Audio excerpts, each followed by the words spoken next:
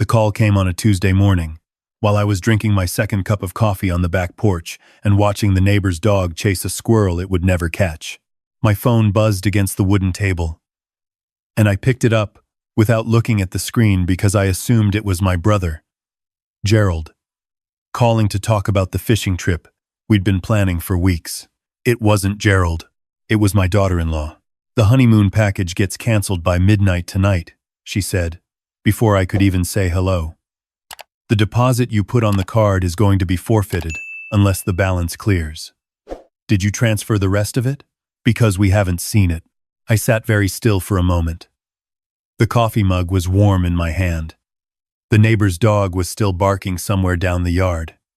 I said, slowly, "What honeymoon package?" There was a pause on her end. A short one, but I caught it. "Ours," she said. "Mine and your son's. We got married on Saturday. I figured he told you." I set the mug down carefully on the table so I wouldn't drop it. My son had gotten married 4 days ago, and no one had said a single word to me about it. Not an invitation. Not a phone call. Not a text message. And now, before I even had time to process what I was hearing, my new daughter-in-law was calling to ask me about money. That was the moment I understood something I should have understood years earlier. I had spent my whole life building things, a business, a reputation, a future for my family. And somewhere along the way, I had made a mistake so fundamental that it took a stranger's phone call on a Tuesday morning to make me finally see it clearly. Let me back up, because this story doesn't start on that Tuesday. It starts about 30 years earlier, when I was a young man with calloused hands and a second-hand truck, hauling materials for contractors across 3 counties. I built my freight business from nothing. 1 truck became 2, 2 became 5, 5 became a small fleet. By the time my son was born, I had 16 drivers working for me, a warehouse on the edge of town, and a modest portfolio of rental properties I'd picked up over the years when the prices were right. I wasn't a rich man, not by any real definition of the word, but I was comfortable. More than comfortable. I had worked every day of my adult life to make sure my family never had to worry. My wife passed when my son was 11. That was the hardest thing I have ever survived, and I won't pretend otherwise. After she was gone, I made every mistake a grieving father can make. I overcompensated. I gave my son everything I thought might fill the space she left behind. New sneakers when he asked. Even when the pair he had were barely broken in. Money for school trips. Money for clothes. Money for a car when he turned 16. Money for a better car when he wrecked the first one. I told myself it was love. It was love, in a way. But it was also guilt and fear and the particular blindness that comes from not wanting to look too closely at what you're creating. My son grew up knowing that if he ever ran short, I would cover it. That if anything broke, I would fix it. That if anything got complicated, I would simplify it for him. He grew up believing, in some deep, unexamined part of himself, that the world was a place that bent itself to accommodate him, and I was the one who taught him that. He was 33 years old when he married my daughter-in-law. He had worked sporadically over the years, a few months at a logistics company, a brief stint doing something in marketing that he could never quite explain clearly, a stretch managing one of my rental properties that ended when 2 tenants moved out and he couldn't be bothered to find replacements. Each time something didn't work out, he came back to me. Each time, I helped him. I told myself that's what fathers do. I see now that's not entirely true. He had been living in one of my rental units for 4 years, a 2-bedroom in a neighborhood that had gotten nicer as the years went on. I charged him a token amount, less than a quarter of the market rate, and even that he paid late more often than not. His girlfriend, my daughter-in-law now, had moved in about 18 months before the phone call. She came from money, or so she implied. Her family had a big house out west. Her father had done well in commercial real estate. Her mother drove a car that cost more than most people's annual salary. She talked about all of this frequently. I noticed, early on, that none of that money ever seemed to flow in their direction. She was charming when she wanted to be. That's the word I kept using, in my head, during the first year I knew her. Charming. She remembered my coffee order. She laughed at my old stories. She called me by a nickname my wife used to use, which should have made me uneasy but somehow made me feel welcome instead. I see all of it differently now. What I mistook for warmth was inventory. She was taking stock of what I had and calculating how much of it she could reach. I had co-signed a car loan for them 8 months before the wedding. $42,000 for a car my son picked out and my daughter-in-law drove. I had floated their rent several times when they came up short once for 3 months running, with a story about a freelance contract that fell through and checks that were delayed. I had given them money for a vacation the previous spring, handed it over in cash like it was nothing, because my son said they needed a break and looked tired when he said it. I had given, and told myself that a man who can help his family should help his family.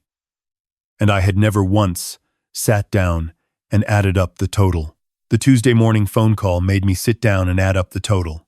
After I hung up with my daughter-in-law, I did not call my son. I did not call her back. I sat on that back porch until the coffee was cold, and the neighbor's dog had given up and gone inside. And I thought about everything that had happened over the past few years, with the particular clarity that comes when shock burns off the fog you didn't know was there. Then I went inside, opened my laptop, and started going through my bank records. I am not a man who checks his statements every month. I trusted the people around me. I trusted my son. What I found, as I scrolled back through 18 months of transactions, was a pattern I recognized from my business life. The slow, incremental kind of drain that doesn't look like anything on any given day, but adds up to something catastrophic when you finally see it whole. There were charges I hadn't authorized on a card I'd given my son for emergencies. Restaurant bills. A weekend at a hotel 2 states away. A furniture delivery. A subscription service I had never heard of. None of them enormous on their own. Together, they came to just under $11,000. I sat there, looking at the number, for a long time. I called Gerald. Gerald is 2 years older than me, and has been my closest friend since before I can remember. He is also a retired attorney, which has been useful more than once. I told him everything: the phone call, the secret wedding, the credit card charges, the loan, the rent I'd been covering, all of it. He was quiet for a while when I finished. Then he said, "How long have you been watching this and telling yourself it was fine?" I didn't have a good answer for that. "Don't do anything yet," Gerald said. "Don't call your son. Don't change anything. Give me a couple of days." I agreed. And I kept my word, mostly. I did not call my son. I did not confront my daughter-in-law about the honeymoon deposit she was apparently expecting me to pay for a wedding I had not been invited to attend.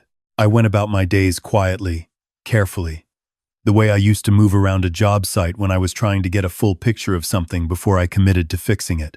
On the 3rd day, Gerald called me back. He had done some checking. What he told me took me a few minutes to fully absorb.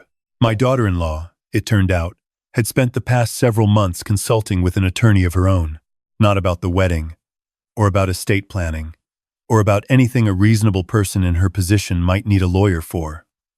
She had been asking questions about conservatorship, about the legal process by which a family member can petition to take control of an elderly relative's finances and assets on the grounds that the relative is no longer capable of managing them independently.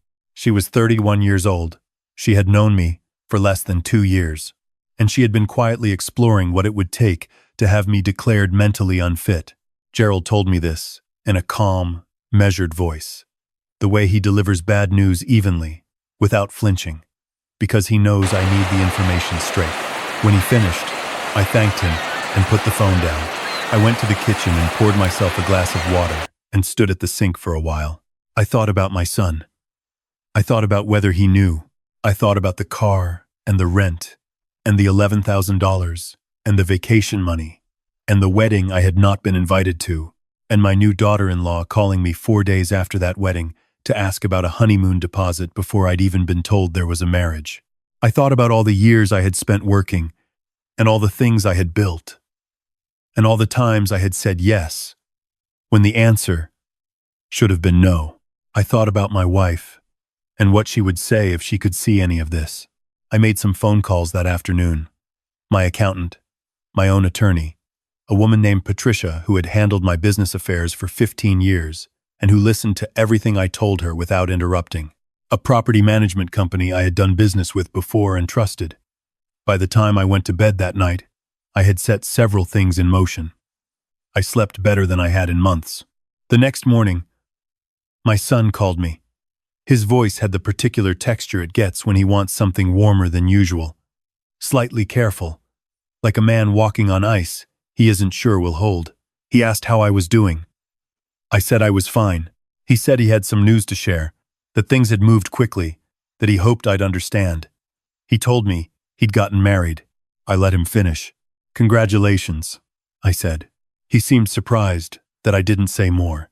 He started to explain they'd wanted something intimate, just a small gathering. They hadn't wanted to make a big production of it. They were going to have a real celebration later that everyone could come to.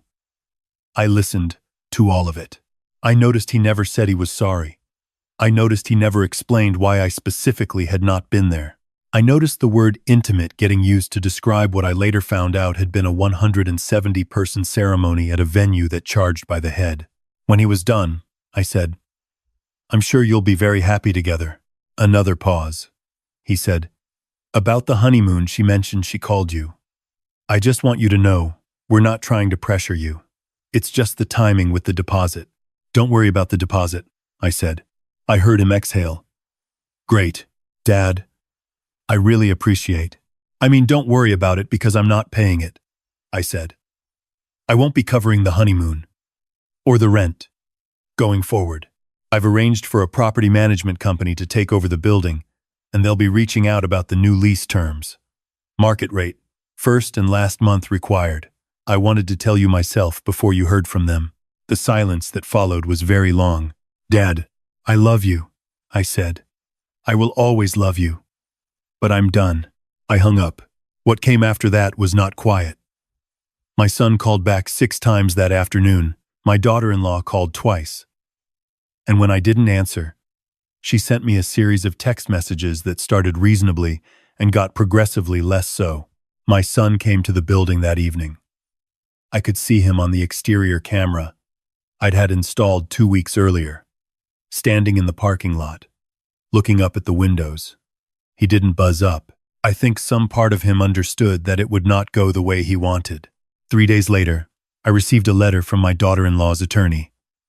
It was a formal inquiry about my cognitive state and referenced concerns about my decision-making capacity. It cited my recent erratic financial behavior as evidence of possible decline.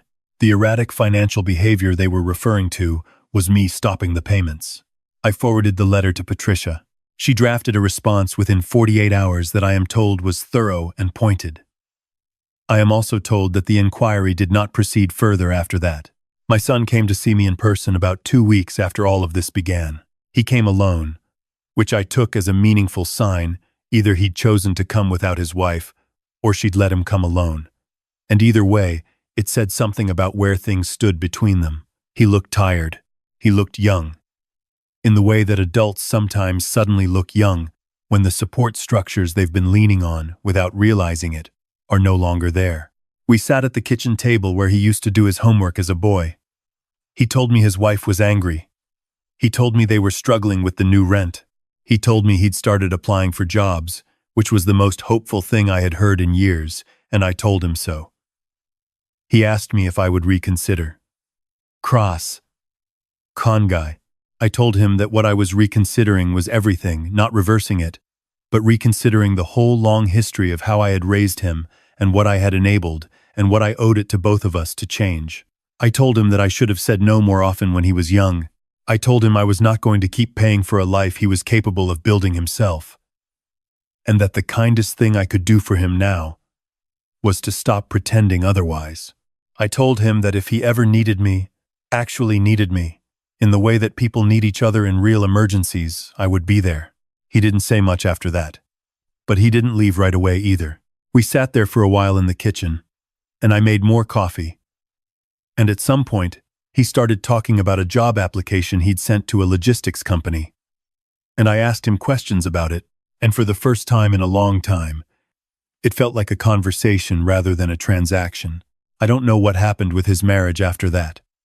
I know they stayed in the apartment through the end of the following month, and then they left. The property management company confirmed the unit was returned in acceptable condition, which I was relieved about. I heard secondhand, through a mutual family friend, that my daughter-in-law had gone back to stay with her parents for a while. I don't know what that means for their marriage, and it is not my place to know. What I know is what happened to me. I sold 2 of my rental properties that spring, not because I had to, but because I'd been meaning to simplify for years, and this felt like the right moment to do it. I took the proceeds and moved into a smaller place, a house with a good porch and a yard that doesn't take all weekend to maintain. Gerald and I did the fishing trip we'd been planning. We stayed out there for 8 days and came back looking, according to Gerald's wife, like we'd fallen off the back of a truck, which we took as a compliment. I talk to my son most weeks now. He got the logistics job. He's been there 7 months. He and his wife are still together, as far as I know, though I don't ask directly and he doesn't volunteer much. That's a thing I've had to make my peace with. I cannot know everything, and I cannot fix everything. And I was wrong to spend so many years believing I could. What I should have done 30 years ago was teach my son that the world doesn't bend for anyone, that the people who end up steadiest are the ones who learned early how to hold their own weight. I thought I was giving him a head start. I was giving him soft ground to stand on, and when I finally stopped, he had to learn at 33 what most people learn at 22. That's on me as much as it's on him, and I've sat with that honestly. But here's what I know for certain, and what I want to say clearly to anyone who recognizes something of themselves in this story. There is a difference between supporting the people you love and funding the belief that they don't need to grow. I confused those two things for decades. I called it generosity. I called it love. Sometimes it was, but sometimes it was just fear. Fear of conflict. Fear of being needed less. Fear of becoming one of those fathers who seemed cold and withholding, and nothing like the father I wanted to be. It took a Tuesday morning phone call from a woman I barely knew, asking me to pay for a honeymoon she'd neglected to mention, to finally make me afraid of the right thing. I was 62 years old when all of this happened. I am 63 now. I own fewer properties and have fewer obligations, and wake up every morning without the weight of someone else's life pressing down on my chest. The porch at the new house faces east, which means I get the full morning light, and I sit out there with my coffee most days and do not wait for my phone to ring. Some mornings it does, and when it's my son, I pick it up, and we talk.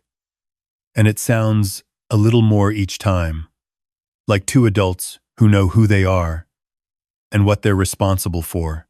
That's the best outcome I could have hoped for. It turns out it was available to me the whole time. I just had to stop paying to avoid it.